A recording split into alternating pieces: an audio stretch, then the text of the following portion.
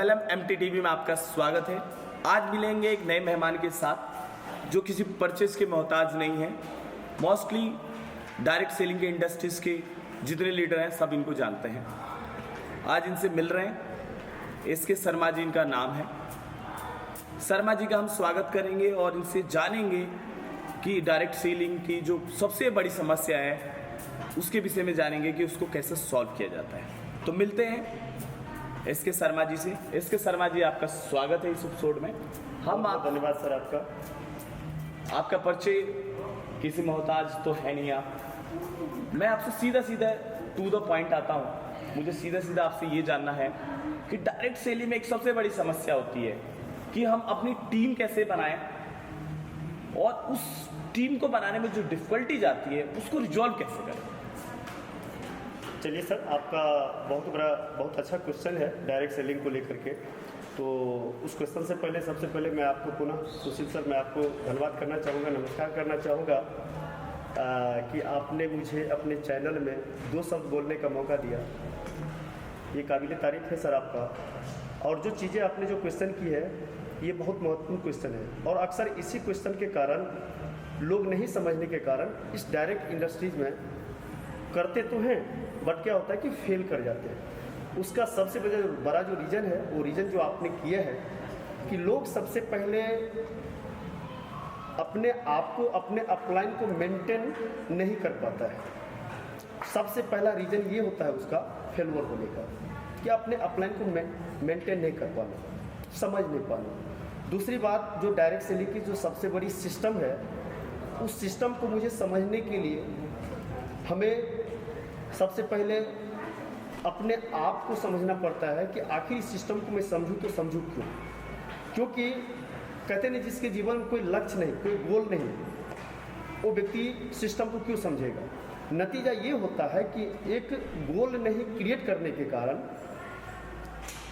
लोग सिस्टम को नहीं समझ पाता है, जिस कारण से फेल कर जाते हैं। और जो इंसान जब फेल करता है तो वही इंसान जब मार्केट में जाते हैं तो नेटवर्क मार्केटिंग का वो बुराई करते हैं कि हमने 4 साल काम किया, 2 साल काम किया, 3 साल काम किया, 5 साल काम किया, हमने लाखों रुपया इन्वेस्ट किया, जबकि उसका इन्वेस्ट कुछ नहीं होता है। लाखों रुपये इन्वेस्ट करने के बाद मुझे सफलता नहीं मिली। अगर वही व्यक्ति अगर एक गोल सेट कर लिया होता और गोल सेट करके उस सिस्टम को समझा होता तो 100% उसकी सफलता मिलती। जी, तो ये चीज़ें हैं। अच्छा, एक प्रश्न और है मेरे माइंड में कि टीम भी बना लिया, अब सेल्स नहीं हो रही है। टीम बना लिया हमने लेकिन सेल्स हो नहीं रही है क्योंकि हमने सक्सेसर तैयार किया नहीं अपना।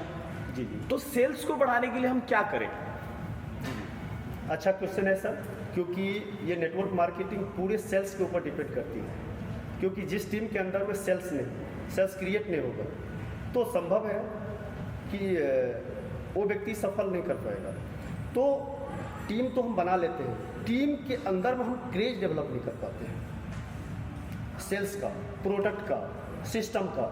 क्योंकि जिस काम को हम करते हैं, जिस काम को लेकर के हम मार्केट में जाते हैं और उस प्रोडक्ट की जानकारी मुझे नहीं होती है तो मैं कैसे सेल्स को बढ़ाऊंगा। तो आप ये कह रहे हैं कि सीधे सीधे पहले प्रोडक्ट की नॉलेज लीजिए तभी सेल होगा। जी बिल्कुल। तो प्रोडक्ट की नॉलेज कैसे ली जाए। जी जी, प्रोडक्ट की नॉलेज सबसे पहले चीज़ क्या है कि कहते हैं कि अगर हमें कुछ समस्या है, जैसे कि किसी को कोर्ट कचहरी की समस्या है तो सबसे पहले उस व्यक्ति को कोई ना कोई एडवोकेट से उनको सलाह लेना पड़ेगा।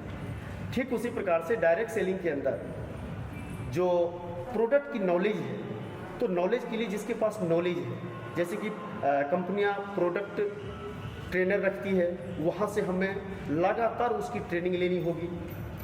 जिसके पास अनुभव है उस प्रोडक्ट के बारे में, उससे उस टीम के अंदर हमें उनसे अनुभव लेना होगा। उस प्रोडक्ट के बारे में मुझे रीड करना होगा।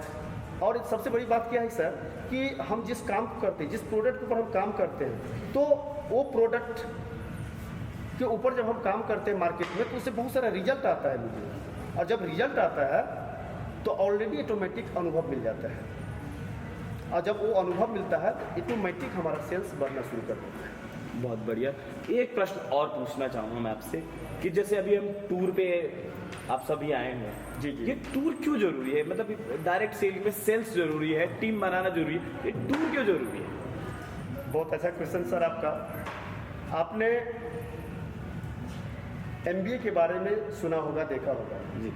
और एमबीए का जो एजुकेशन मेरे समझ से 3 साल का होता है। और एमबीए में सबसे पहले क्या होता है कि जब बच्चे एडमिशन लेते हैं तो एडमिशन लेने के बाद उसको कहते हैं ना कि first year is rest year, क्योंकि वो एक अलग माहौल में होता है। उस माहौल से इस माहौल में उसको लाना पड़ता है, और इस माहौल में लाने के बाद फिर उसको उनकी दिनचर्या के बारे में सिखानी होती है, समझानी होती है कि आपको ऐसे जीना है, ऐसे चलना है। ठीक उसी प्रकार से डायरेक्ट सेलिंग के अंदर टूर बहुत महत्वपूर्ण है। मतलब क्या है कि लोगों का विजन क्लियर होता है टूर मारने से, एक माहौल मिलता है, और यहाँ पे आने के बाद बहुत सारी चीज़ें लोगों को सीखने का मौका मिलता है कि हमें कैसे बनना है। कहते हैं ना कि आपको अगर कामयाब होना है तो कामयाब लोगों के साथ रहना पड़ेगा। अगर आप ज़िंदगी में कामयाब होना चाहते हैं तो आपको कंफर्ट जोन को छोड़ना होगा, तभी आप कामयाब हो सकते हैं। मतलब पूरी जो बात है वो बात है कि टूर का, कि टूर इंसान को, माइंड को फ्री करता है, और होना भी चाहिए।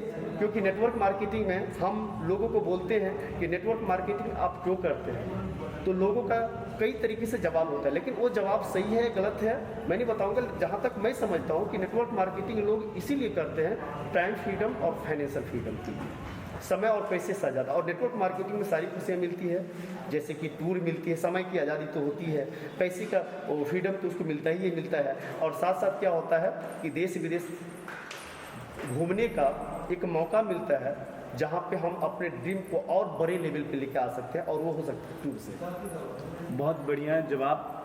इस बार हमने समझा कि टूर क्यों ज़रूरी है। टूर एनर्जी के लिए ज़रूरी है, आप रिफ्रेश हो जाते हैं। आपने समझा कि सेल्स कैसे करते हैं, आपने समझा कि टीम कैसे डेवलप करते हैं। तो आपने इस वीडियो में ये तीनों चीज़ें सीख ली, और जिसने इन तीनों चीज़ों को सीख ली वो डायरेक्ट सेलिंग में कामयाब होगा। सबसे पहले मैं धन्यवाद दूँगा आपका, आप आए हमसे बात की, इसके लिए आपका बहुत बहुत धन्यवाद। बहुत बहुत धन्यवाद। मिलेंगे अगले एपिसोड में एक नए मेहमान के साथ, तब तक के लिए धन्यवाद।